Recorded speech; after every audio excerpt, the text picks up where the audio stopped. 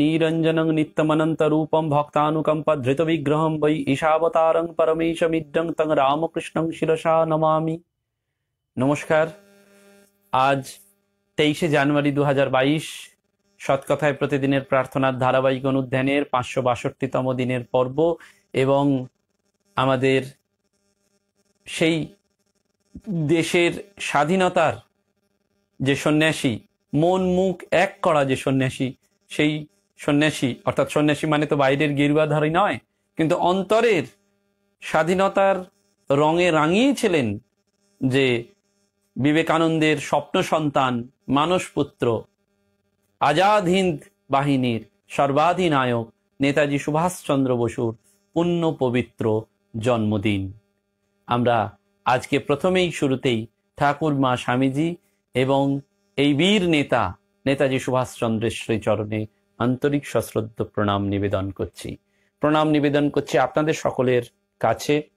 অসীম কৃতজ্ঞতা জ্ঞাপন করছি 562টা দিন ধরে ঠাকুর মা স্বামীজি অধ্যাত্ম প্রসঙ্গ, সৎ প্রসঙ্গ, মনীষীদের জীবনী, প্রকৃতি প্রসঙ্গ, নীতিমালা, চাণক্য শ্লোক, পশু পাখিদের কথা, বিজ্ঞানীদের কথা, পুরনো সাধকদের কথা, বাংলার ব্রত কথা, এই সমস্ত কিছু নিয়ে সম্মিলনে যেভাবে প্রতিদিন এই সকালটিকে আমরা অনুরণিত করছি, আমাদের মনের মধ্যে একটা অনুরণন তৈরি হচ্ছে, একটা ভাইব্রেশন তৈরি হচ্ছে, and that vibration is of positive energy.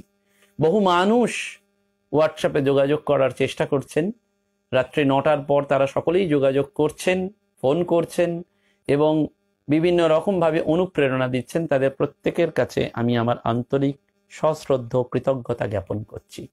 Pranaram YouTube channel এই কাজ নিরবিচ্ছিন্নভাবে করছেন, যদিও প্রযুক্তির দিক থেকে আমরাও তাদের সহায়তা করছি ব্যক্তিগত উদ্যোগে।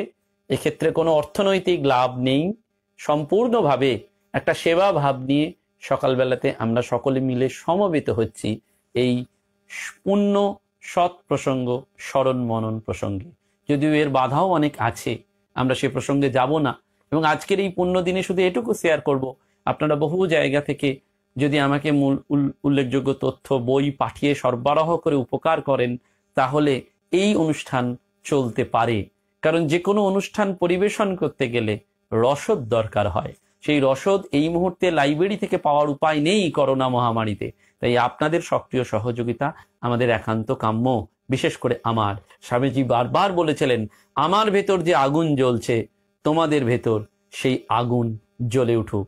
তোমরা যেন জগতে যুদ্ধক্ষেত্রে বীরের মতন মরতে পারো, এই চাই। স্বামী বিবেকানন্দের এই আহ্বান চিরকালীন আহ্বান, এবং সেই আহ্বান যেন আমাদেরকে বারবার মনে করিয়ে দেয় নেতাজি সুভাষচন্দ্র বসুর জীবনের সাথে কোথাও যেন একটা ওতপ্রোতভাবে যুক্ত। সেই নেতাজি সুভাষচন্দ্র বসুর কথা আমরা স্মরণ করছি আজকে, যার দাবি ছিল, তোমরা সর্বস্ব দাও, সর্বস্ব দিয়ে ফকির হও, রক্ত দাও, আমি তোমাদের স্বাধীনতা দেব। দেশমাতৃকার চরণে নিবেদিত প্রাণ এই বিপ্লবী 1897 সালের 23 জানুয়ারি উড়িষ্যার কটক শহরে জন্মগ্রহণ করেন।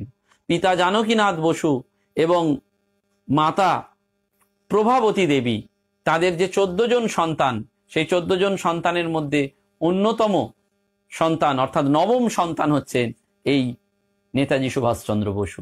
এই জানকীনাথের কলকাতাতেও একটি বাড়ি ছিল। সেই বাড়িটি 1909 সালে তিনি নির্মাণ করেন, যেটি নেতাজি ভবন নামে পরিচিত। কিন্তু নেতাজির জন্ম হয়েছিল 23 জানুয়ারি উড়িষ্যার কটক শহরে। বঙ্গরত্ন এই নেতাজির আরেকটি বাসগৃহ ছিল, যেটি পরবর্তীকালে 1920 সালের অক্টোবর মাসে হরনাথ বসু রোড কোদালিয়াতে নির্মাণ করেছিলেন। এবং তিনি ওই জানকীনাথ বসু তার পিতা হরনাথ বসুর উদ্দেশ্যেই এটিকে উৎসর্গ করেন। এই বাড়িটিকে কেন্দ্র করেও নেতাজি সুভাষচন্দ্র বসু এবং তার পরিবারের অনেক ঘটনা রয়েছে। কিন্তু মন মুখ এক করা সেই সাধক চূড়ামণি নেতাজি সুভাষচন্দ্র বসু, যিনি বারবার আমাদের কাছে শুধুমাত্র দেশের স্বাধীনতার জন্য যেমন আহ্বান জানিয়েছেন, তেমনি আমাদের জানিয়ে দিয়েছেন যে মানুষ সাধনা কেন করে। সুভাষচন্দ্রের মতে মানুষের মন সবসময় দোটানায় থাকে। অশান্ত মন নিয়ে মানুষের মনকে জীবন কাটাতে হয়। রিপুগুলো আয়ত্তে না আনতে পারলে কখনোই মন শান্ত হয় না। দেখুন, সৎকথায় প্রতিদিনের প্রার্থনায় যেখানে আমরা সাধনার কথা ভাবছি, ঐশ্বরিক তন্ময়তার কথা ভাবছি, ঈশ্বরের প্রণামের কথা ভাবছি, সেখানে নেতাজির মতন সেই সাধক চূড়ামণি তিনিও বলছেন রিপুকে যদি আয়ত্তে না আনতে পারা যায়, এবং সেই কাজটি সহজ না হলেও খুব ইন্টারেস্টিং, বলছেন যে একটু সফলতা পেলেই উৎসাহ বেড়ে যায়। 1937 সালের 8ই আগস্ট পাঞ্জাবের ডালাউসি থেকে বন্ধু অনিল কুমার গাঙ্গুলিকে একটি চিঠিতে সুভাষচন্দ্র বসু লিখেছিলেন যে মনকে নিয়ন্ত্রণ রাখতে দু রকমের মেন্টাল বা স্পিরিচুয়াল এক্সারসাইজ নিয়মিতভাবে তিনি করতেন। আমরা স্মরণ করি যে নেতাজি বারবার বলেছেন সাধনার দুটি উদ্দেশ্য, কিন্তু তিনি বলছেন বন্ধুকে যে দু রকম মেন্টাল বা স্পিরিচুয়াল এক্সারসাইজ তিনি নিয়মিতভাবে করতেন মনকে নিয়ন্ত্রণে রাখতে। সেটা কি করতেন না, তিনি শান্তভাবে বসে মনে মনে বলতেন, আমি এমন যেন শক্তি পাই যাতে কাম, ক্রোধ প্রভৃতি রিপুগুলো এবং ভয়কে অনায়াসে বশে রাখতে পারি। তিনি প্রথম সোজা হয়ে বসে এটা বলতেন এবং তারপর ভাবতেন যে আমার দেহ সুস্থ, সবল ও দৃঢ়। এই দেহই আমার শ্রেষ্ঠ যন্ত্র, শ্রেষ্ঠ সহায়, ইহা বজ্রের ন্যায় দৃঢ়। এবং উনি লিখছেন পরবর্তীকালে নেতাজি যে অবিশ্বাস্য শক্তির সঞ্চার হতো তার শরীরে এটি ভাবলে। অর্থাৎ ওই যে বলছিলাম, পজিটিভ থট সার্কুলেটস এ পজিটিভ এনার্জি উইদিন, এবং সেই পজিটিভ এনার্জিটা একটা ভাইব্রেশন তৈরি করে। আমরা এই যে বাড়িতে নাম করি, ঠাকুর বারবার বলতেন সকাল সন্ধে জোর জোর করে হাততালি দিয়ে হরিনাম করতে। কেন? ওই পজিটিভ এনার্জি রেডিয়েটস। ঈশ্বরীয় নাম বাড়ির চারপাশে একটা রেডিয়েশন ক্রিয়েট করে। এবং সুভাষচন্দ্রের দ্বিতীয় সাধন পদ্ধতি, অর্থাৎ প্রথমটা ছিল এই সোজাভাবে বসে প্রার্থনা করা যাতে রিপু চলে যায়, দেহ সুস্থ সবল দৃঢ় হয়, আর দ্বিতীয়টা তার ছিল শরণাগতি, সেলফ সারেন্ডার।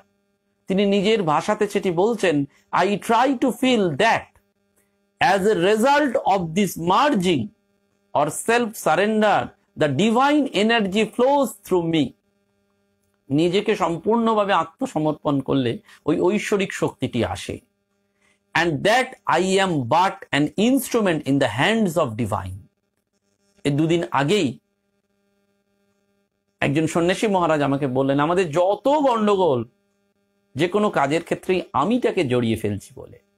যদি তুমি করে ফেলো তাহলে যে কোনো কাজ আর কোনো সমস্যা থাকে না।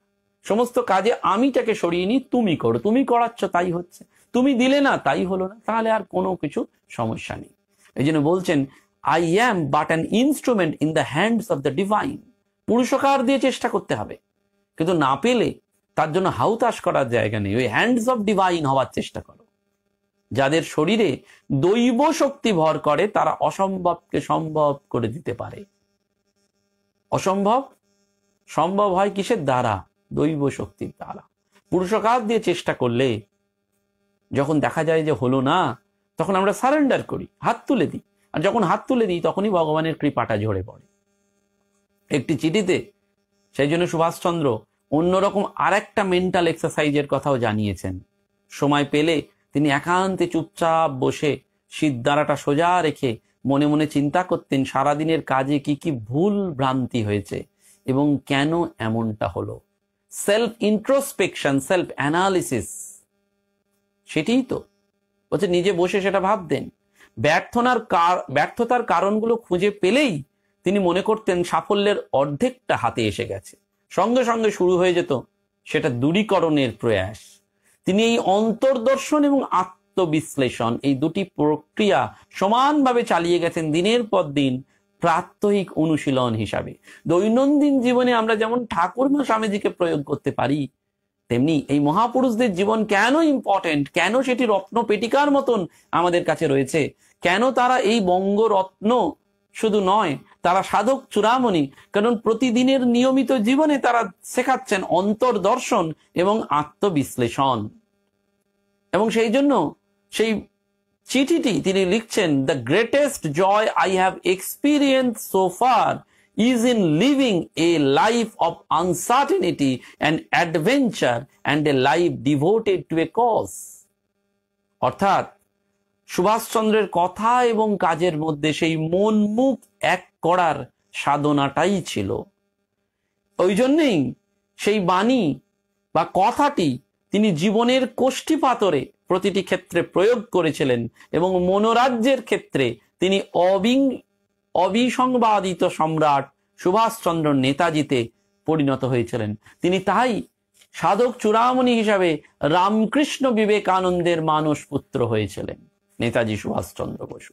স্বামীজি দেশের কাজের জন্য যে কয়েক শত যুবক চেয়েছিলেন, যারা সম্পূর্ণরূপে তেজস্বী, ব্রহ্মচর্য পরায়ণ, আত্মবিশ্বাসী হবে, নিজেদের জন্য সমস্ত কিছু ত্যাগ করবেন, তেমন একজন যুবক এই নেতাজি সুভাষচন্দ্র বসু, যিনি যেন বিবেকানন্দের স্বপ্ন সন্তান বা স্বামীজির মানস পুত্র হিসাবেই আমাদের কাছে ভূষিত, আমাদের ভাবের রাজত্বে তিনি আলোকিত। এবং স্বামীজির সাথে সুভাষচন্দ্রের পরিচয় এক আত্মীয়র বইয়ের র্যাকের মাধ্যমে হয়। জীবনের এক ক্রান্তি লগ্নে কিশোর সুভাষচন্দ্র যখন অজানা আদর্শের জন্য মনটাকে তোলপাড় করে ফেলেছেন, সেই সময় স্কুলের প্রধান শিক্ষক বিনিমাধব দাস সুভাষচন্দ্রের ভেতরে নীতিবোধ, কাব্যরস, প্রকৃতি প্রেম, সৌন্দর্যবোধ জাগ্রত করে দিয়েছিলেন।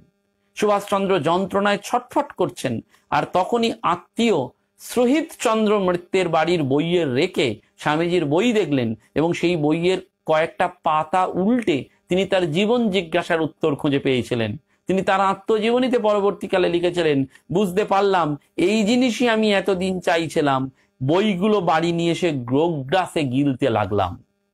পড়তে পড়তে আমার হৃদয় মন এমন আচ্ছন্ন হয়ে যেতে লাগলো যে আমি তাঁর বই নিয়ে তন্ময় হয়ে রইলাম। বিবেকানন্দের প্রভাব আমার জীবনে আমূল পরিবর্তন এনেছিল। এবং সেই নেতাজি সুভাষচন্দ্র বোসের কথা আমরা জানি, যিনি পরবর্তীকালে সিঙ্গাপুর রামকৃষ্ণ মিশনে স্বামী ভাস্বরানন্দ মহারাজের কাছে জিজ্ঞেস করেছিলেন যে আপনার কাছে সেই ছবিটি রয়েছে যেখানে মা কালীর কাছে শ্রীরামকৃষ্ণ তার পদতলে বসে রয়েছেন। এবং ঘন্টার পর ঘন্টা সময় কেটে গেলেও নেতাজি সুভাষচন্দ্র বসু সেখানে ধ্যানমগ্ন হয়ে বসে থাকতেন সিঙ্গাপুর রামকৃষ্ণ মিশনে।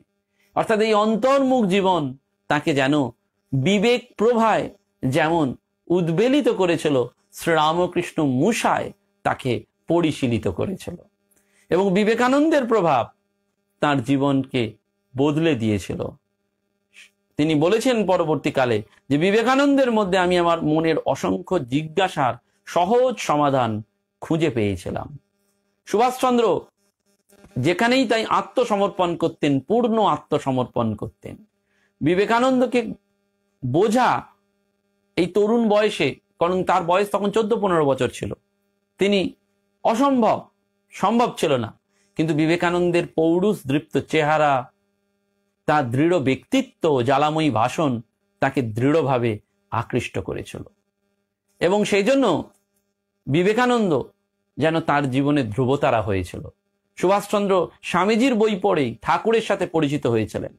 ঠাকুর বারবার বলতেন, আত্মসংযম ছাড়া আধ্যাত্মিক পথে উন্নতি লাভ করা যায় না। তার মূল উপদেশ সেইটি ছিল। সুভাষচন্দ্র বসু রামকৃষ্ণ বিবেকানন্দের মাধ্যমে চিত্তশুদ্ধি এবং ব্রহ্মচর্য না থাকলে যে আত্মশক্তির উদ্বোধন সম্ভব নয় সেটা বুঝতে পেরেছিলেন। তাই স্বামী বিবেকানন্দের মতন কৈশোরেই তিনি ধ্যান এবং যোগ অভ্যাস শুরু করেছিলেন। সন্ন্যাসী সঙ্গের বাসনায় সাধু সন্ন্যাসী দেখলেই তিনি ছুটে যেতেন, চেষ্টা করতেন অন্তরঙ্গ হওয়ার। সুভাষচন্দ্রের চিত্ত আজীবন সন্ন্যাসী এবং রাজনীতি এই দুয়ের ডাকে তোলপাড় করেছিল। তাই সুভাষচন্দ্র বন্ধু দিলীপ কুমার রায়কে আবেগরুদ্ধ কণ্ঠে বলেছিলেন যে স্বামী ব্রহ্মানন্দের কৃপা এবং পরামর্শেই তার জীবনের গতি বদলে গেছে। রামকৃষ্ণ বিবেকানন্দের আদর্শ তাকে বারবার রামকৃষ্ণ মিশনে ডেকে নিয়ে যেত। 1913 সালে হেমন্ত কুমার সরকার, সুরেশচন্দ্র বন্দ্যোপাধ্যায়, প্রফুল্ল ঘোষ হরিপদ চট্টোপাধ্যায়কে সঙ্গে নিয়ে সুভাষচন্দ্র পশ্চিমবঙ্গের শান্তিপুরের গেরুয়াধারী সন্ন্যাসী হয়ে বাস করছিলেন। সেই সময় তিনি চরম কৃচ্ছ সাধন করেছিলেন। ডিসেম্বরের শীতের রাতে ঠান্ডা গঙ্গার জলে আকণ্ঠ ডুবে থেকে ঘন্টার পর ঘন্টা কাটাতেন। 1914 সালে বন্ধু হরিপদ চট্টোপাধ্যায়কে নিয়ে বাড়িতে কাউকে না জানিয়ে তিনি বৈরাগ্যের টানে লক্ষ্মণঝোলা, ঋষিকেশ, হরিদ্বার, মথুরা, বৃন্দাবন, বেনারস, গয়া এই তীর্থস্থানে বেরিয়ে পড়েন। তখন কয়েকদিন তিনি বেনারস রামকৃষ্ণ মিশনে ছিলেন। বেনারসে থাকাকালীন একদিন রাজা মহারাজের কাছে, স্বামী ব্রহ্মানন্দের কাছে তিনি সন্ন্যাসের বাসনা নিবেদন করেছিলেন। মহারাজ সেদিন সুভাষচন্দ্রের মুখ নিরীক্ষণ করে বলেছিলেন, সন্ন্যাস তার ক্ষেত্র নয়, তার জীবন ব্যয়িত হবে অনলস দেশ সেবায়। সুভাষচন্দ্র ঠাকুরের এই মানসপুত্র রাজা মহারাজকে খুব শ্রদ্ধা করতেন। তাই সুভাষচন্দ্রের আক্ষরিক অর্থে সন্ন্যাস নেওয়া হয়নি, কিন্তু রামকৃষ্ণ বিবেকানন্দের ত্যাগের আদর্শ তাকে প্রকৃতপক্ষে সেই সাধক চূড়ামণি করেছিল।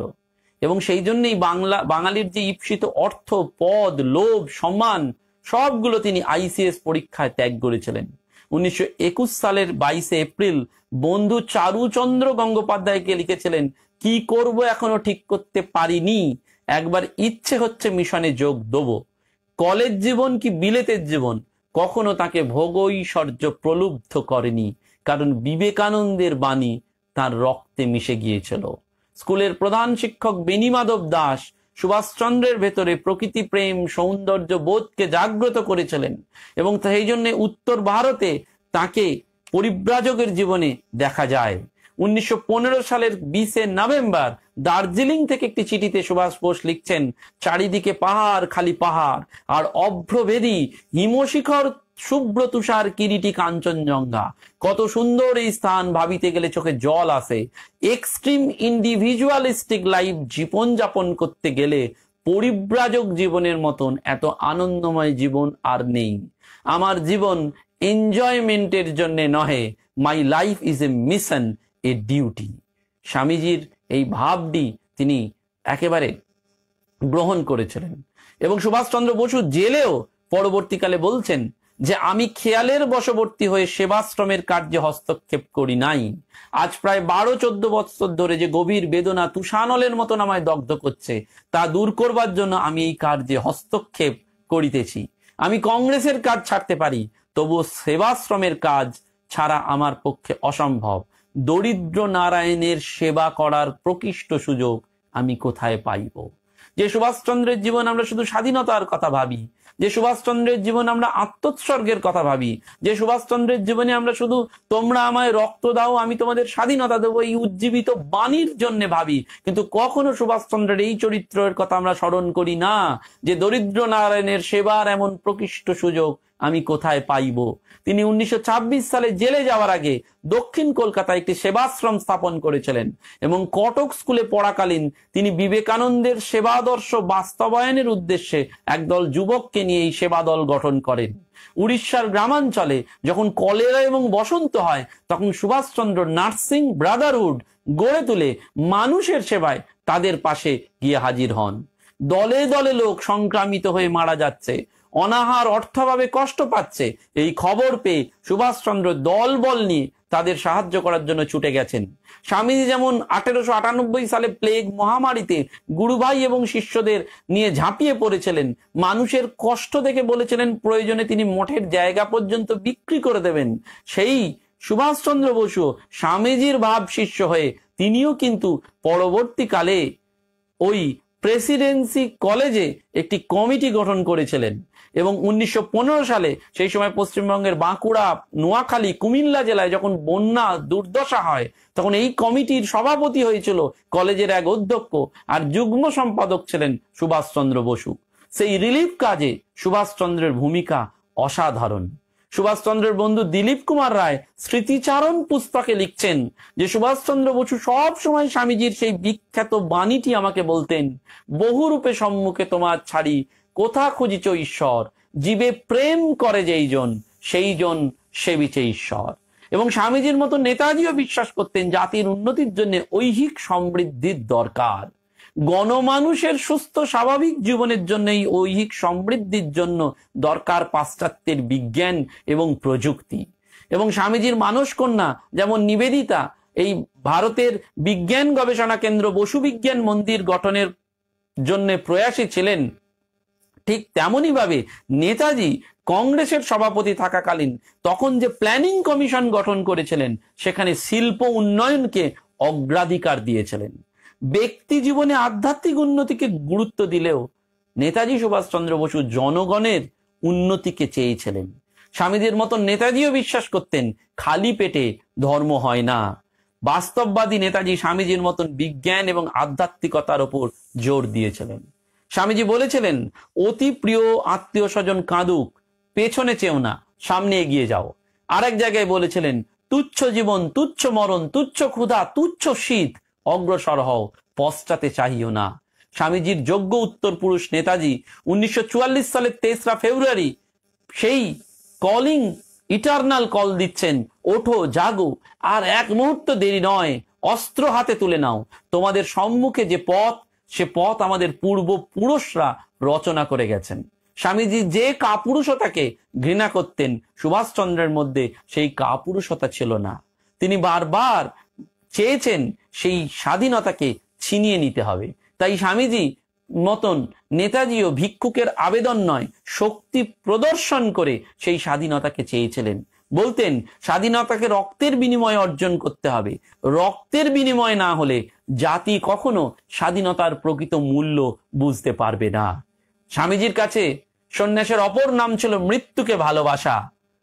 তাই স্বামীজির অনুগামী নেতাজিও সেই মৃত্যুকে ভালোবাসতে পারতেন। কৈশোরে গঙ্গা জলে নেমে নেতাজি কালী দ্য মাদার থেকে who dares misery love and hug from the death আবৃত্তি করতেন। দ্বিতীয় বিশ্বযুদ্ধের সময় নেতাজিকে দেখা যায় যে তিনি জার্মান থেকে জাপান এই দীর্ঘ পথ শত্রুদের সেন দৃষ্টি উপেক্ষা করে সাবমেরিনে এলেন এবং ভবিষ্যৎ ভারতের পরিকল্পনা সম্পর্কে বললেন, the chance of success is only 5%। তখন নেতাজি বলেছিলেন, even if the chance had been 1%, I must go. Japan সরকার যখন এই বলছেন the chance of success is only 5%, তখন নেতাজি এগিয়ে যাচ্ছেন সেই স্বামীজির অভিমন্ত্রে, even the chance had been 1%, I must go. 1971 সালের 15ই আগস্ট অমৃতবাজার পত্রিকায় মহাবিপ্লবী হেমচন্দ্র ঘোষ তাই লিখেছেন যে ইংরেজরা জেলে বন্দী স্বাধীনতা সংগ্রামীদের বাড়িঘর খুঁজে স্বামী বিবেকানন্দের রচনাবলী এবং ছবি পেয়ে নিশ্চিত হয়েছে যে ভারতের স্বাধীনতা সংগ্রামে অনুপ্রেরণা স্বামীজির জ্বালাময়ী বক্তৃতা। সিঙ্গাপুরে যখন আজাদ হিন্দ বাহিনীর সদর কার্যালয় সুভাষচন্দ্র কাউকে না জানিয়ে গভীর রাত্রে রামকৃষ্ণ মিশনে যেতেন এবং নেতাজি কর্মস্থল সিঙ্গাপুর থেকে রেঙ্গুনেও পরবর্তীকালে স্থানান্তরিত করেন। স্বামী ভাস্করানন্দের সাথে দীর্ঘ ঘন্টার পর ঘন্টা আধ্যাত্মিক আলোচনাও করতেন। নেতাজির শত্রু কবলিত রেঙ্গুন তাকে ত্যাগ করতে হয় এবং পরম সংকটের মুহূর্তেও তিনি ধীর স্থির ধ্যানে মগ্ন থাকতেন। তাই হোক বিমান দুর্ঘটনার কয়েক বছর আগে নেতাজি একটি চিঠিতে লিখেছিলেন, রামকৃষ্ণ বিবেকানন্দের নিকট আমি যে কত ঋণী, ভাষায় কি করিয়া প্রকাশ করিব। তাহাদের পূর্ণ প্রভাবে আমার জীবনের উন্মেষ। আজ যদি স্বামীজি থাকতেন, তিনি নিশ্চয়ই আমার গুরু হতেন। জাতীয় সমস্যায়, যুগ সমস্যায় সত্যি সত্যি বিবেকানন্দের একান্ত অনুরাগী এবং অনুরক্ত ছিলেন এই নেতাজি সুভাষচন্দ্র বোস। প্রতি পদক্ষেপে যিনি স্বামীজির ত্যাগ, বৈরাগ্য, স্বদেশ প্রেম, আধ্যাত্মিকতাকে গ্রহণ করেছিলেন। তিনি গেরুয়া বাইরে পড়েননি, কিন্তু মনে মনে চেয়েছিলেন এই মানস পুত্র হয়ে থাকতে, কারণ পুত্রের মধ্যে দিয়ে পিতা বেঁচে থাকেন। পুত্রই তার পিতার ইচ্ছা, বাসনা, স্বপ্ন সব পূরণ করেন। নেতাজি সুভাষচন্দ্র বসু যেন সেই জাতি জাগরণ, জাতি গঠনে বিবেকানন্দ প্রভাবিত হয়ে তার স্বপ্ন সন্তান হয়ে যেন সেই দ্যুতিতে দ্যুতিমান। সেই জন্য বারবার বিবেকানন্দ রামকৃষ্ণ বিবেকানন্দের সুভাষচন্দ্রকে আমাদের শ্রদ্ধা করতে হয় এবং বারবার সেই জন্য শিক্ষা বিস্তারে শিক্ষকের ভূমিকা প্রসঙ্গ করতে গিয়েও যেন শিক্ষকের ব্যক্তিত্ব, শিক্ষার প্রণালী এবং শিক্ষার বিষয় এবং পাঠ্যপুস্তকের কথা নেতাজি ভেবেছেন। এবং তিনি বারবার বলেছেন যে ভয়কে জয় করার উপায় হচ্ছে শক্তি সাধনা। বলেছেন সাধনার একটা দিক রিপু ধ্বংস করা, অপর দিক সৎ বৃত্তির অনুশীলন করা। অর্থাৎ একটা আমরা চাইছি মনের মধ্যে আমরা কাম, ক্রোধ, লোভ, মোহ, মাৎসর্য এগুলো দূরীভূত হোক, রিপুগুলো চলে যাক। কিন্তু এই রিপু যাবে কি করে যদি উল্টো দিকে আমি আর একটা ফোর্স না চালাই? সেই আর একটা ফোর্স হচ্ছে সৎ বৃত্তির অনুশীলন করা। বলছেন রিপুর ধ্বংস হইলেই সঙ্গে সঙ্গেই সৎ বৃত্তি বা দিব্য ভাব পূর্ণ হয়ে ওঠে। সেই জন্য স্বামীজির মতন সুভাষচন্দ্রের চরিত্র গঠন, আত্মবিশ্বাস এবং শ্রদ্ধার ওপর আমরা স্মরণ করি। সুভাষচন্দ্র বারবার বলছেন প্রাথমিক শিক্ষার সহিত উচ্চ শিক্ষার একটা বড় প্রভেদ এই যে প্রাথমিক শিক্ষায় নূতন ফ্যাক্ট শিখাইবার চেষ্টা বেশি প্রয়োজন, উচ্চ শিক্ষায় নূতন ফ্যাক্টস যে রূপ শেখাতে হয় তার সঙ্গে রিজনিং ফ্যাকাল্টিরও অনুশীলন সেই রকম ভাবেই করতে হয়। এই সুভাষচন্দ্র বসু, যুবক সুভাষচন্দ্র বসু তাই স্বামীজির আদর্শে প্রভাবিত হয়ে বন্ধু হেমন্ত কুমার সরকারকে বলেছিলেন যে আমি এটা বেশ দিন দিন বুঝতে পারছি আমার জীবনের একটা ডেফিনাইট মিশন আছে, এর জন্যই আমার শরীর ধারণ, and I am not to drift in the current of popular opinion. লোকে ভালো মন্দ বলবে, জগতের এটা রীতি, but my sublime subconsciousness consist in this that I am not influenced by them. লোকে অনেক কিছু বলবে, কিন্তু আমার অন্তর্চেতন বলছে, গভীর মনোজগৎ থেকে উঠে আসছে যে self consciousness consist in this that I am not influenced by them. আমি তাদের দ্বারা অনুপ্রাণিত হব না। এবং বন্ধু হেমন্ত কুমার সরকারকেই বলেছিলেন যে মানুষ হতে গেলে তিনটে জিনিস চাই, embodiment of the past, product of the present and prophet of the future. বিবেকানন্দের আত্মবিশ্বাস সুভাষচন্দ্রকে দৃঢ় করে তুলেছিল। তাই বলেছিলেন if there is an ideal it can be realised. ইহা আমার বিশ্বাস। For example, if perfection be the ideal, men can become perfect.